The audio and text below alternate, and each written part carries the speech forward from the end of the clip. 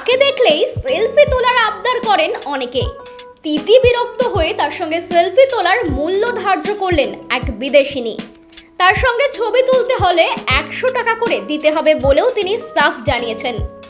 ভারতীয় সমুদ্র সৈকতে ওই বিদেশি তরুণীর ভিডিও ইতিমধ্যেই প্রকাশ্যে এসেছে। ব্যাপক ভাইরাল হয়েছে ভিডিওটি।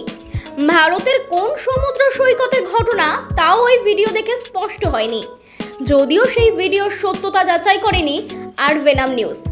ভিডিওতে দেখা গিয়েছে একটি প্ল্যাকার্ড হাতে সমুদ্রের পাড়ে দাঁড়িয়ে রয়েছেন এক বিদেশিনী। প্ল্যাকার্ডে লেখা সেলফি তুলুন 100 টাকায়।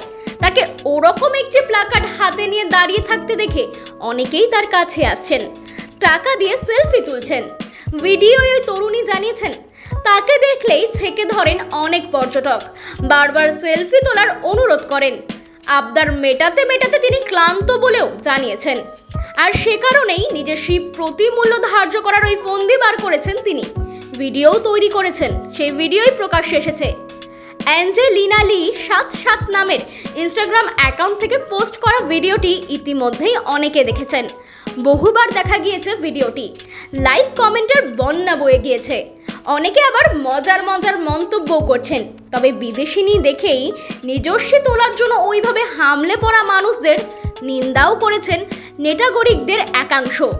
ভিডিওটি দেখে একজন নেটাগরিক লিখেছেন, সেলফি তোলার জন্য আরও বেশি মূল্য ধার্য করুন, 1000 টাকা করে নেওয়া উচিত, তবেই কিছু মানুষের শিক্ষা হবে। ব্যুরো রিপোর্ট, আরভেনাম নিউজ।